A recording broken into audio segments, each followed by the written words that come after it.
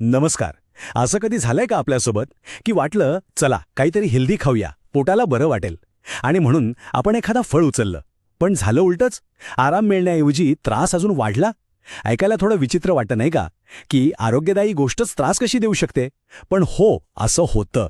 आणि आज आपण यामागचं कारणच समजून घेणार आहोत. तर होतं काय की आपली अपेक्षा असते की फळं खाल्ल्यावर पोटाला एकदम आराम मिळेल, पण प्रत्यक्षात कधीकधी ॲसिडिटी वाढते. आता प्रश्न हा आहे की असं नेमकं का होतं? याच प्रश्नाच्या मुळाशी आपण आज जाणार आहोत. आणि खरं सांगायचं तर यात काहीच चुकीचं नाहीये. फळं म्हणजे खरंच निसर्गाने दिलेली एक देणगी आहे. आपल्या सगळ्यांना लहानपणापासून हेच तर शिकवलं गेलंय की बाबा फळं खा, आरोग्यासाठी चांगलं असतं. आणि ते 100% खरं आहे. अहो, फळांमध्ये काय नसतं? विटॅमिन्स, मिनरल्स, फायबर, अँटीऑक्सिडंट्स सगळं काही भरलेलं असतं.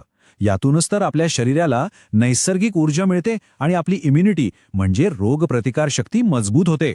म्हणूनच तर फळं आपल्या डाएटचा इतका महत्त्वाचा भाग आहेत.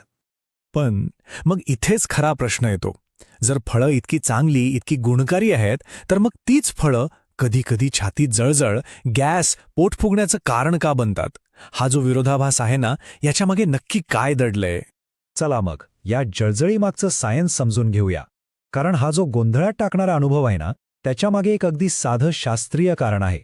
तर या सगळ्याचा मुख्य विलन आहे सायट्रिक ॲसिड. हे काय आहे?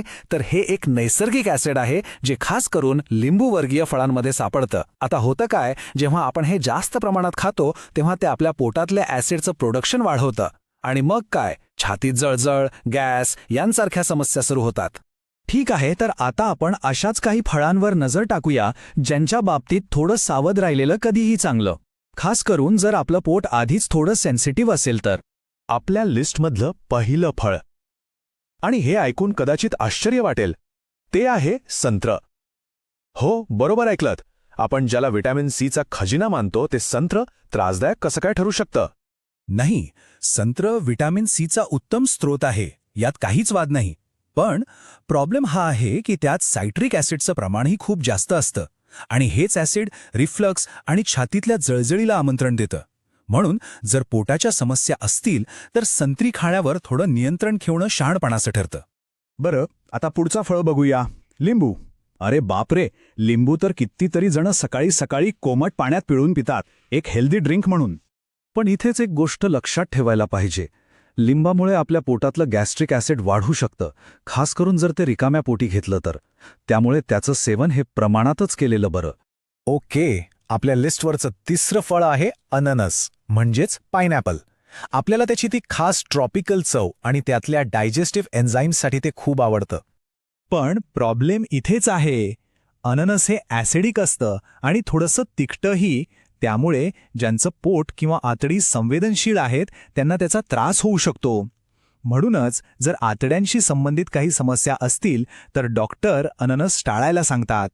आता पुढचं नाव ऐकून तर अनेकांच्या तोंडाला पाणी सुटेल, कच्चा आंबा, म्हणजेच आपली कैरी. पण ही आंबट, गोड चव आहे ना, ती कधीकधी पोटावर भारी पडू शकते. कारण काय, तर कैरी पचायला जड असते आणि ॲसिडिक तर असतेच. त्यामुळे जर ती जास्त खाल्ली गेली तर अपचन किंवा इनडायजेशन सारख्या समस्या हमखास होतात. आणि आता आपल्या यादीतलं शेवटचं फळ, द्राक्ष. हो, तीच रसाळ आणि गोड द्राक्ष. पण ती सुद्धा कधीकधी पोट फुगण्याचं कारण ठरू शकतात. तर द्राक्षांचं काय होतं, त्यांच्या ॲसिडिक गुणधर्मांमुळे पोट फुगल्यासारखं वाटतं किंवा गॅस होऊ शकतो. म्हणूनच ज्यांची पचनक्रिया थोडी स्लो आहे त्यांना द्राक्ष प्रमाणातच खाण्याचा सल्ला दिला जातो. बरं, आत्तापर्यंत आपण सायन्स पाहिलं. आता याच विषयाकडे एका वेगळ्या पारंपरिक अँगलने बघूया. आयुर्वेद या फळांबद्दल काय म्हणतं ते समजून घेऊया. ही स्लाइड बघा, किती सोप्या शब्दात सांगितलंय. आयुर्वेद काय म्हणतं की कच्चा आंबा जो पचायला जड आहे तो शरीरातला कफ आणि वात वाढवतो. दुसरीकडे अननस आणि लिंबूवर्गीय फळं जी उष्ण आणि तिखट स्वभावाची आहेत ती पित्त वाढवतात. पित्त म्हणजे काय, तर शरीरातली उष्णता. थोडक्यात सांगायचं तर ही फळं आपल्या शरीराचं जे नैसर्गिक बॅलन्स आहे ते बिघडवू शकतात. तर मग ह्या सगळ्या माहितीमधून आपण काय शिकायचंय? याचं उत्तर एका शब्दात आहे, जागरूकता किंवा जाणीवपूर्वक सेवन. याचा अर्थ असा आहे का की ही फळं खायचीच नाहीत? नाही, अजिबात नाही. मुद्दा त्यांना पूर्णपणे टाळण्याचा नाहीये. मुद्दा आहे जागरूक राहण्याचा. आपलं शरीर आपल्याला काय सिग्नल देतंय, काय संकेत देतंय याकडे लक्ष देण्याचा. आणि लक्षात ठेवा, या सगळ्यात महत्त्वाचं काय असेल तर ते आहे आपलं स्वतःचं शरीर. कारण प्रत्येकाचं शरीर वेगळं असतं आणि त्याची प्रत्येक गोष्टीवरची प्रतिक्रियाही वेगळीच असते.